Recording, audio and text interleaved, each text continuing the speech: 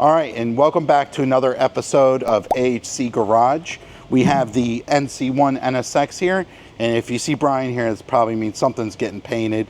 Brian represents, what's your Paint channel? Society. Yeah. Is that a Society of Painters? Yeah, it is. And what we're going to be doing on the Society of Painters today is just a little bit of trim work here, and I heard that Mike's got some other projects for me in the engine bay, so we'll talk about that as well. Pretty cool stuff going on.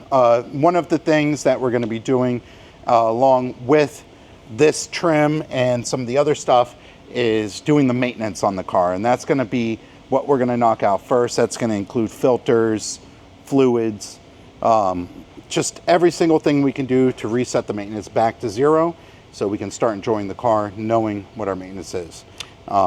So I think where we're going to start is I'm going to help Brian pull the front bumper off the car, and that's going to allow us to take the trim off. So this trim here on only the earlier models is silver.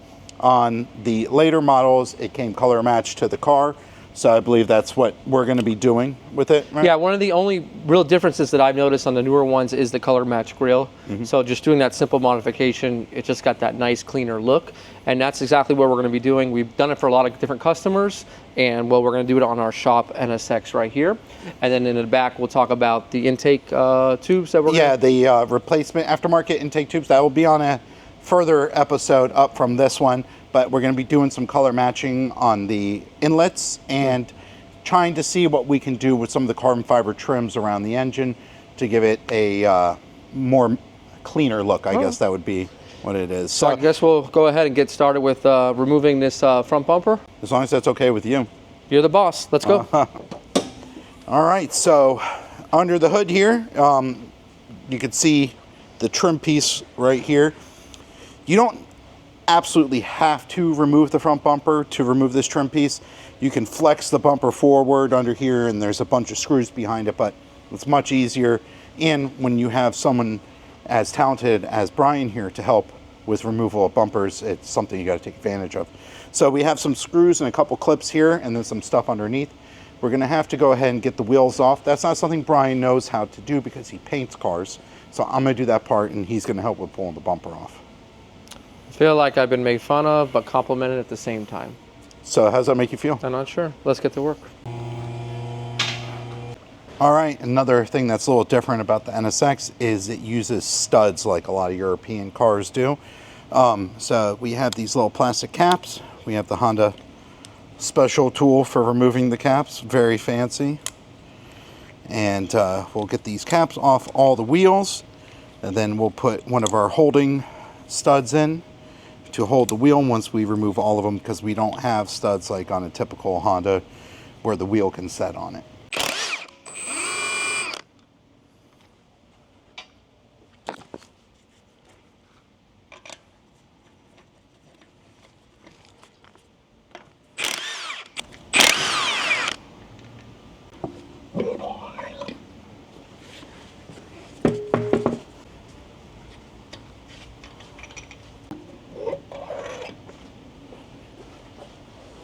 All right, so now we're going to go ahead and take apart the side here. It's got some clips. All right, so we got 3 clips here, and then I believe we have a screw in this area. And then we got this cool tool I just picked up. And this tool is only available in Japan. Super cool. All right, and we got one more here at the bottom.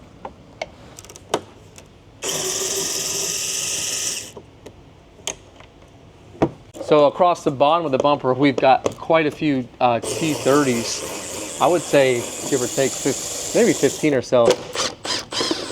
And we're going to take them all off.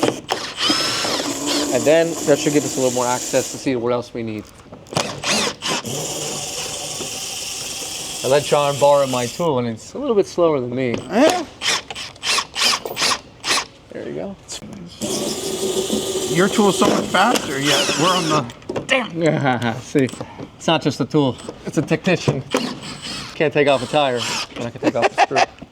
So under here we have 2 clips that are for the parking sensors. One is right here, and the other one is right here. And we have these 10s across the front.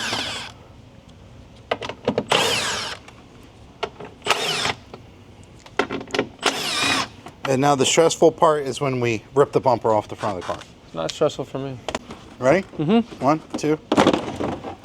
And now we can remove the grill. And the grill is held on with clips and these Phillips head screws across the front. All right. For our beak grill, we have a couple screws here. Another nifty tool I picked up.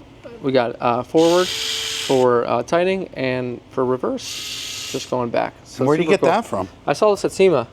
Oh, that's pretty cool. Yeah. They're pretty cool, Brian. Yep, and then you got some screws on the back side here. And of course, this will be a little bit tougher to get with the bumper on. So just doing the right thing is taking the bumper off. It gave you access to all of these screws properly so you don't break anything. Got 2 more here. Okay. All right, well, and that's all there is to it. And I'll let John go ahead and press down the clips and pop her out. This clip right here. You end up breaking it. And that's all there is to it. So I'll go ahead and get the new grill painted. It won't be this one, it will be the new one, and I'm gonna show you that process right now.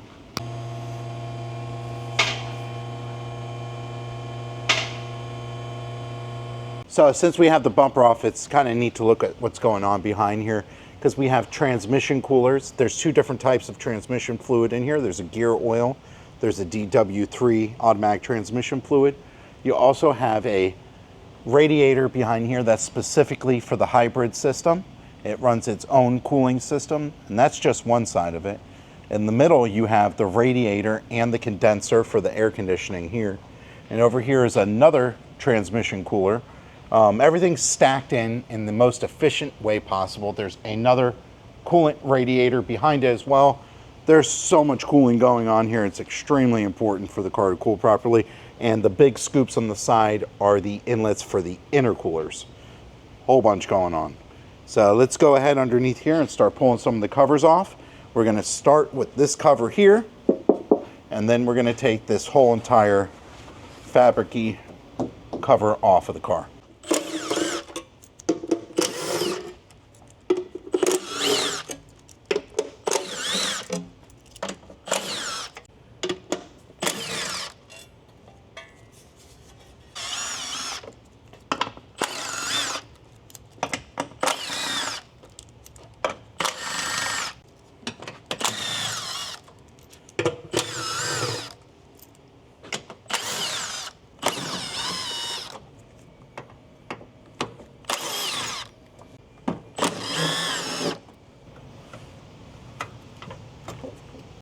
Once you got all of your clips, screws, 10s, T30 Torx out, the only thing that's really holding it up are these 2 air inlets. So the goal is to slide it back evenly, like that, and then you can get it right off of there. And this whole thing comes off in one big piece and exposes the underside of the motor. Once you take a look at what we got going on here, this is part of the subframe here. You can see our coolant lines coming in from the front of the car. You can see our hybrid high voltage lines here. Our saddle fuel tanks, there's 2 fuel pumps, 1 in each side. As you move back here, you start to see the actual engine. These are transmission lines. The engine is a dry sump system. It uses, I think, 7 drain plugs to, I guess, drain from all the different sumps on here. We have a bunch through here, 1 on the front timing cover and 1 on the oil tank, which is right here. Underneath this, we'll be able to show you where the transmission drains and fills are. We're also going to remove this panel here. We're going to go ahead now and work on pulling the back bumper off. This gives us access to some of the transmission fluid drain points and fill points, which are in this area here. So to get the bumper off, we have more screws across the back, screws here, screws on the side. We're also going to have to get the fender liner out of the way a little bit, and then the bumper pops off just like the front. So let's get all the screws that are down here now, and then we'll move on to the front.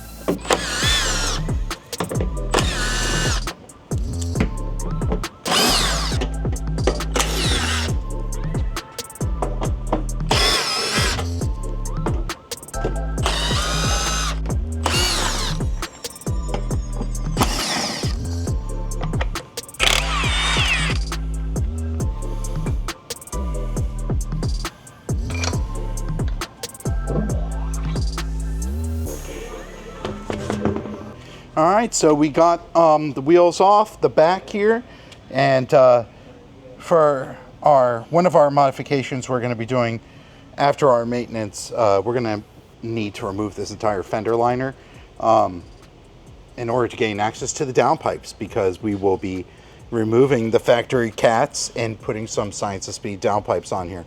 Ooh, very nice.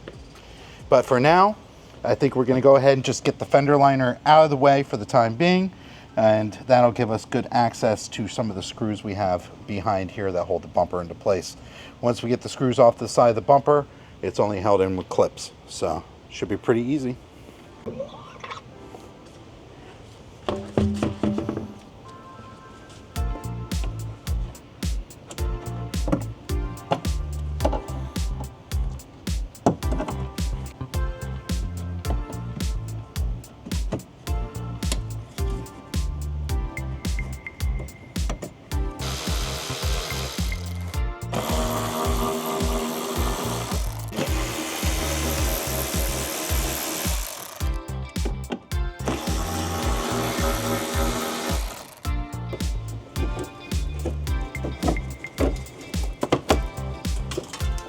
Goodness, John. All kinds of stuff's falling off. Oh yeah, this car collects every rock on the road and holds it in the back bumper. Oh my goodness.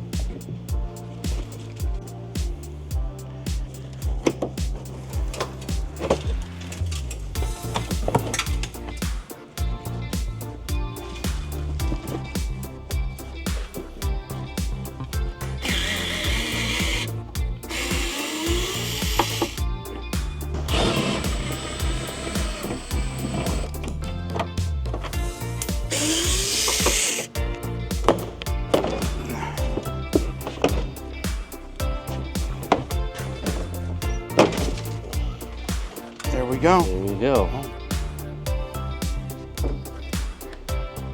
All right, so now you can see we have the bumper off. Gives you a little better look at what's going on back here. We have the exhaust system, and what you can also see about this exhaust system is there's a muffler, but there's also a valving system. So when the car is in its quiet mode, it runs the exhaust out of the turbo, down in through this muffler, and out through this smaller pipe. When it's in the Sport Plus mode and Sport mode, it bypasses the muffler with a valving system here and runs it straight out, no muffler, out these middle two tips. One thing I can say is I think the tips are kind of ugly. Maybe they could have done a better job as far as the unfinished metal tip on the back of the car. There are some options for that with exhaust systems, but some of them do eliminate the valving system. We are probably going to end up keeping this the way it is, but that being said, that's for a later episode. You can see right in here we have our fluid fill point, which is right here. We have our drain point, which is right here. It says Honda Go 2.0 fluid. Not quite sure what that one is, but I'm pretty sure it's the gear fluid. Up underneath this plate right here, you can see, if you look from this angle, we're going to remove this later, is the Acura, regular Acura or Honda ATF DW1, and that has a drain under here and a fill point right on the side. So we're going to go ahead and start draining the oil out of this, and we'll show you how that works, and then take all the covers off on the top. Also, with our fender liner out, it lets you see some of what's going on under here. Here's our intercooler. Here's some of our charge pipe, and I can already see that. If you look right here, it looks like we're about ready to lose this clamp on here.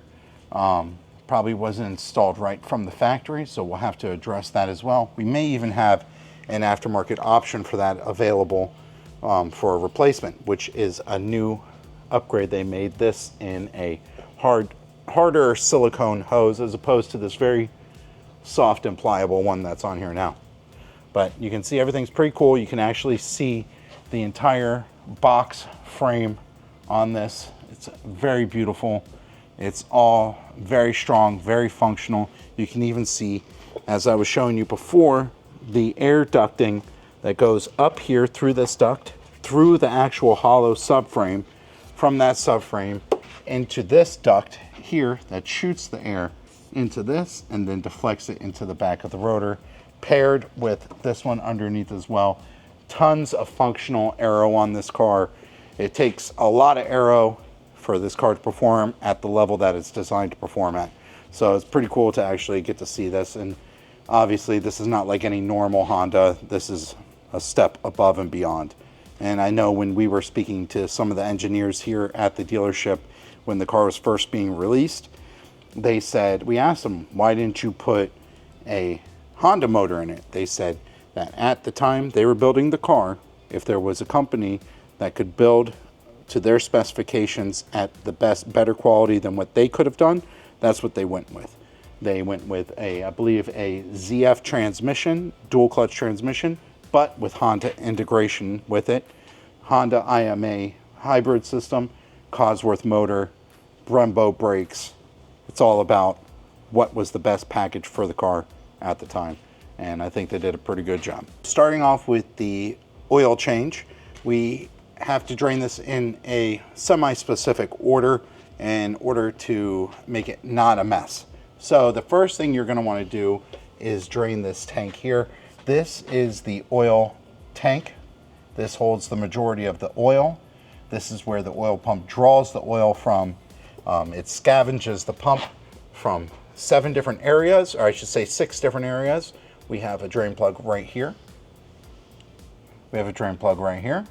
We have a drain plug right here. We have a drain plug right here. We have one right here as well. And then we also have one right there. So we start here and work our way across and let everything drain out. If you don't start with the oil tank first, the amount of oil that comes out of these other holes is a little wild and creates quite the havoc. So let's go ahead and start doing that.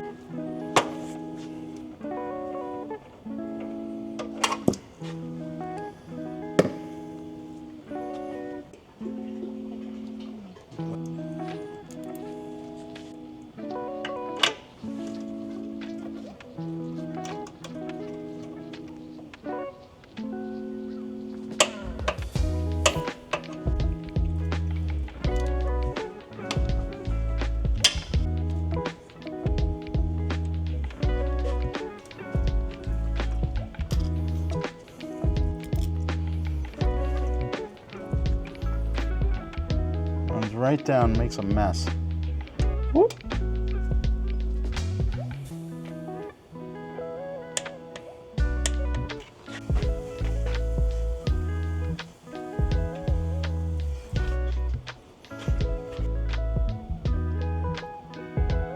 Both of these at the same time, just next to each other.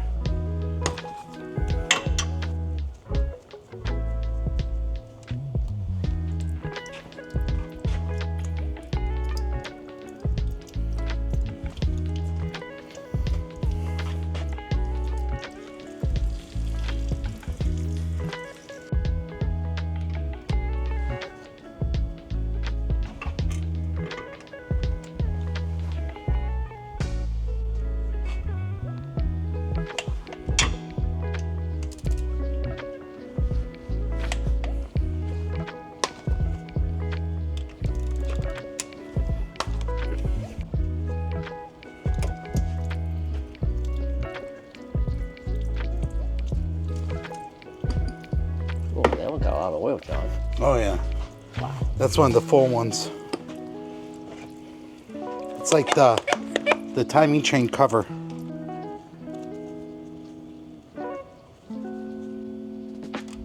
Might require a tow.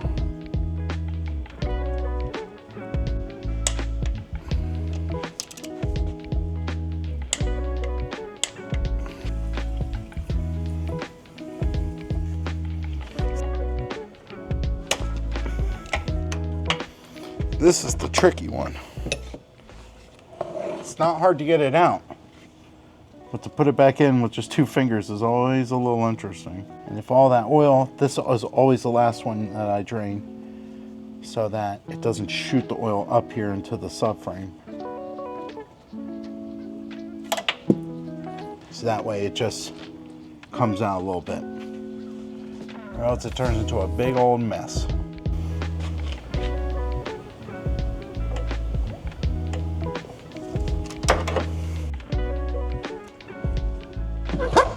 A little out of order here because we had the car up in the air and I went ahead and drained the oil first. But up underneath here in your engine area, you'll see it tells you oil. In order to access this, you have to remove this cover. They're held in with just rubber clips and tabs, so you gotta be real gentle when you're removing them. You see here, sometimes these can break due to the engine heat. What I like to do is when I reinstall them, I put a little bit of silicone or a little bit of grease on these. It helps keep the rubber nice and supple so that these things don't bind together. So, what you can see right here is our dipstick and our oil cap. This is the top of the tank, right where you saw we first drained the oil from. That's from here. This car takes about exactly 8 quarts of oil. So we'll end up putting in about 7.5. We'll run through the startup procedure, warm-up procedure, and then recheck the level. There's a whole procedure in order to do this. So for now, we're going to go ahead and first change the oil filter cartridge. We'll show you the access is right behind this panel here, and then we'll add our oil in. So let's go ahead and do that. In order to get access to here, you got to remove this. These clips hold in everything in place. These clips are pretty much single use. Once they come out, they tend to break, and they won't, the little clips break off on them and they won't go back in again. There are some aftermarket options for this as well, where they're made out of aluminum, or you can just buy some new ones when you do your oil change. But it's important, they need to get replaced every time.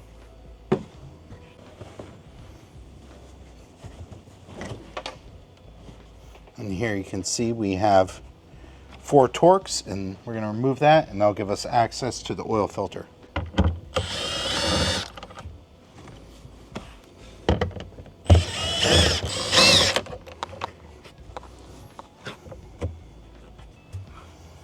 So inside here, you can see that is the oil filter cartridge area. These are reservoirs for the transmission. These are the dual clutch shift actuators. You can see it's pretty tight, but that's where we go to get it.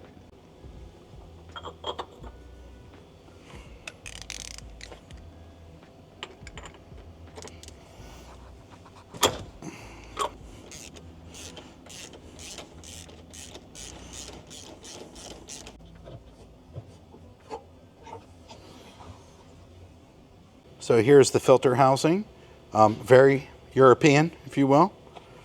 Filter comes off like that. We have an O-ring here at the tip that we're going to replace. The new kit comes with this. We have an O-ring right here.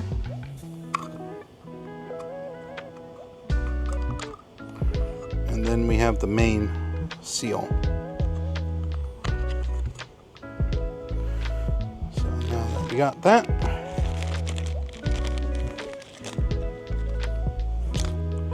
we have our new ones here. Let's go ahead and just rinse this briefly.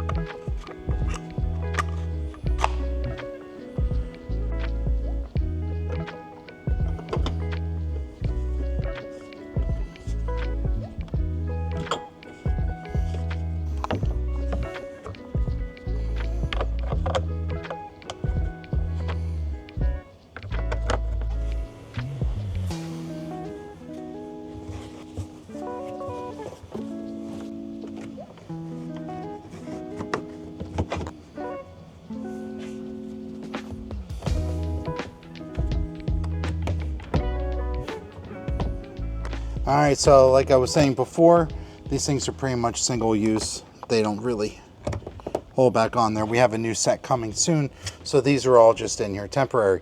So now it's time to fill the engine with oil, And we're going to go ahead and do that now. We got some special oil for this. This car takes a 040 weight. Says it's an ultimate full synthetic. I didn't know that they had synthetic above the synthetic, but I think it's just special because there's an NSX on it. Special NSX oil. Do you have NSX oil in your motor? I don't know if you do, but this NSX is NSX oil. So they usually take exactly 8 quarts. I like to let it drain for a little bit. That's why I have my handy funnel right here. I want to let everything get out of the bottle. So I'll dump it out, and then I'll let the bottle sit there for about 30 seconds, 40 seconds or so, so all the oil comes out of it. It's pretty specific, right on 8 quarts of oil every time.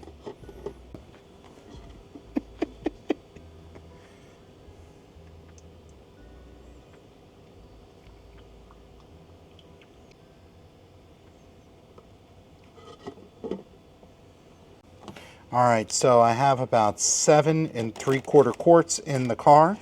We're gonna go ahead and go through the warm up and oil level checking procedure and then add what we need left. I think it's gonna take the rest of this, but we don't wanna overfill it. It's harder to take it out than it is to add it back in. So we're gonna cover this up and we'll show you the oil level checking process. All right, so the procedure is pretty simple. You just fire the car up,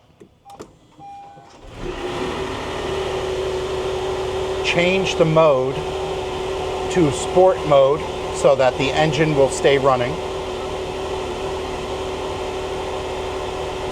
Now it won't go into hybrid. And now you have to roll the dial on the steering wheel to bring up the oil level mode, right on the right side. There you go. Now we have to let it run until the time shows, and then we have to let it set idle for a little while.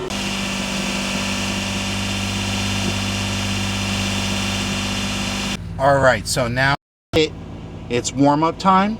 Now you have to just let the car idle for a set period of time without touching the gas or anything until that timer is filled up, as you see right there. Then we can check the oil dipstick in the back by the engine. Now we have to switch the ignition off, wait 2 minutes, and then check the oil at the tank. All right, let's see how good John is. Let's go ahead and clean her up first. It's been about 2 minutes already.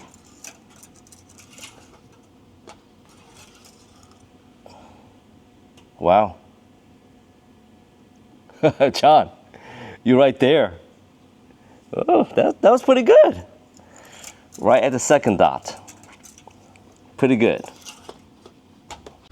All right, so now that we have the oil level checked and at the proper level, we're gonna go ahead and do the transmission service.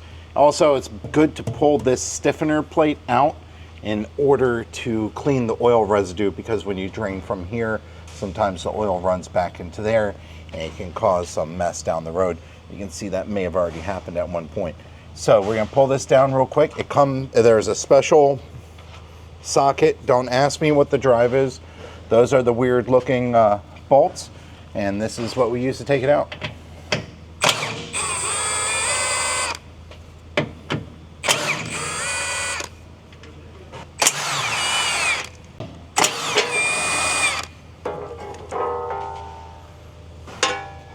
Oh yeah, you can see some oil's been caught up on there. So we'll get this all cleaned up and we'll do our transmission service and we'll be ready to go to the next step.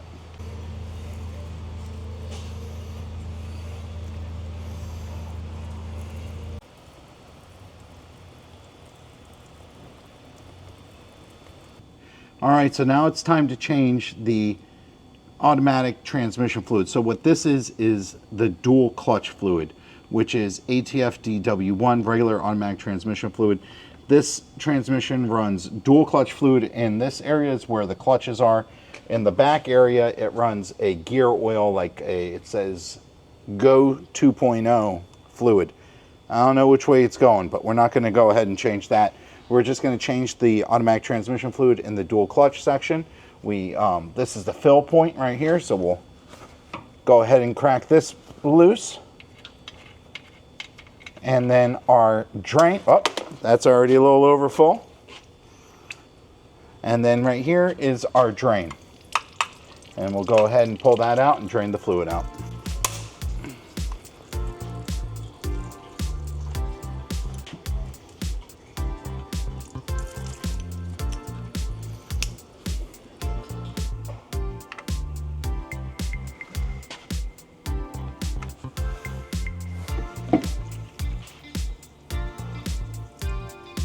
So we're gonna load 3 quarts of the transmission fluid into our fluid pump.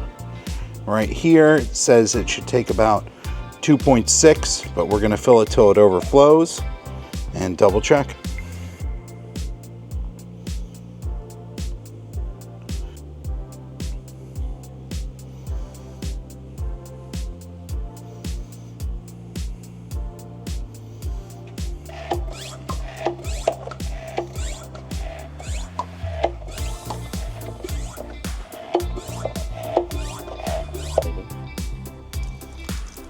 Perfect.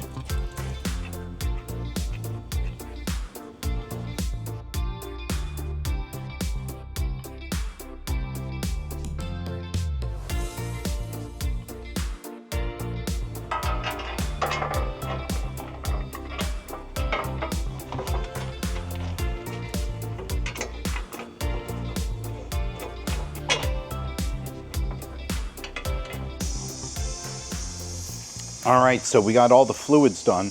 Now we're gonna move on to changing the engine air filters and the cabin filters, and that should end up wrapping our maintenance section of this project up. Then we'll move on to the good stuff, the fun stuff, the horsepower stuff. All right, so right under here, we already have our one cover off when we were checking the engine oil level. We have 2 air filters. They're right there. Believe it or not, these are Honda Civic 1.5 liter turbo air filters, 2 of them. We got one there, we got one over there. So one of the things we're going to be doing is removing all of these, but for the air filter change, we don't have to remove all of them. But we are going to be replacing these charge pipes here. So in preparation for that, we're just going to remove all of our carbon fiber covers and have it out the way. It is not necessary to remove all of them to change the air filters. You can just pop these 2 easy ones off. The rest of these are held on with screws.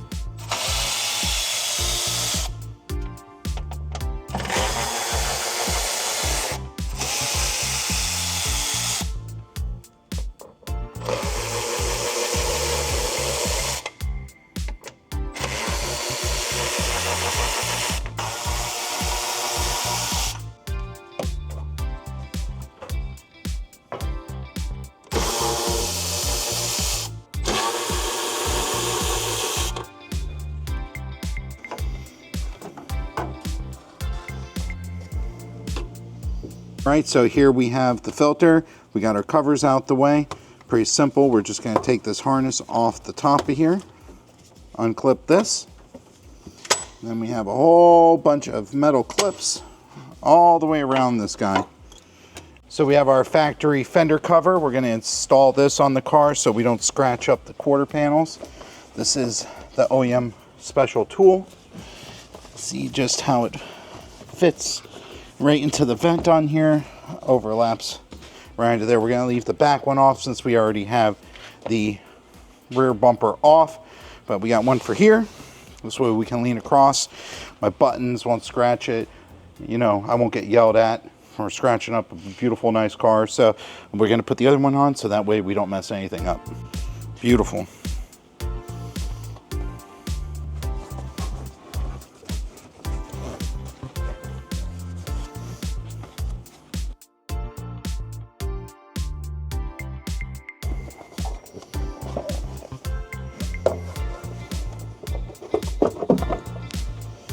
Oh yeah, quite dirty. I don't think it's ever been changed. So we're going to replace this with some K&N drop-in filters. Oh yeah.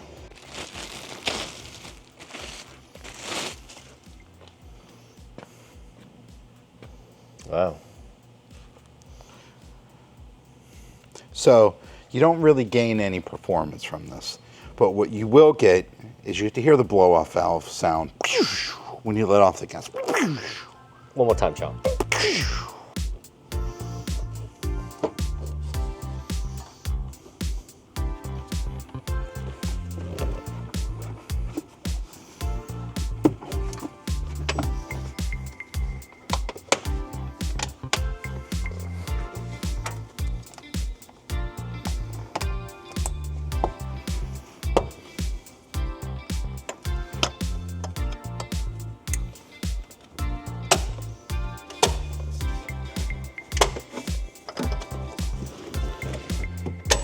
See, this side's tight.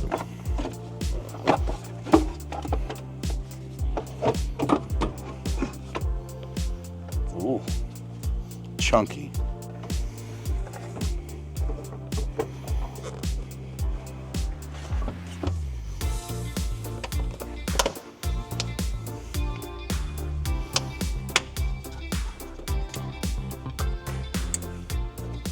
To replace the cabin filters, we have to remove the glove box. First thing we're gonna have to do is remove this panel. I already popped the clips out. This is just gonna drop down. Then we have some screws across the bottom here.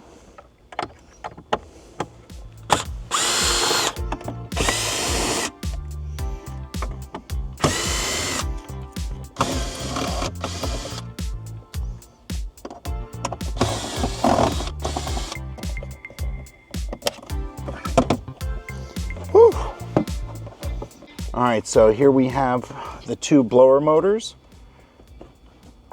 Pop the cover right off. And then we pull this bad boy out. Little tiny guy, and you can see this thing's never been changed. I'll get number 2 out.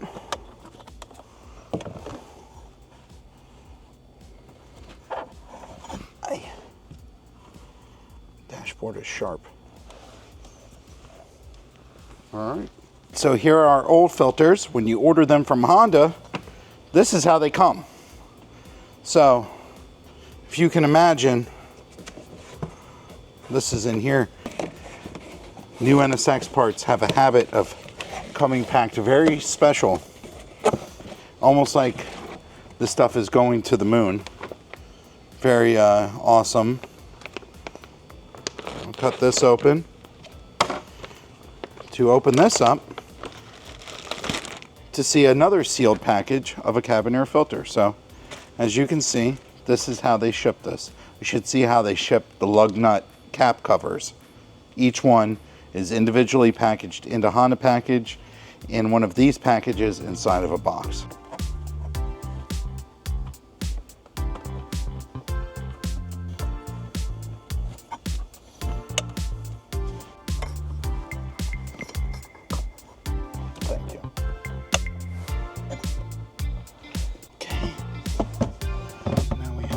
Stuff back up.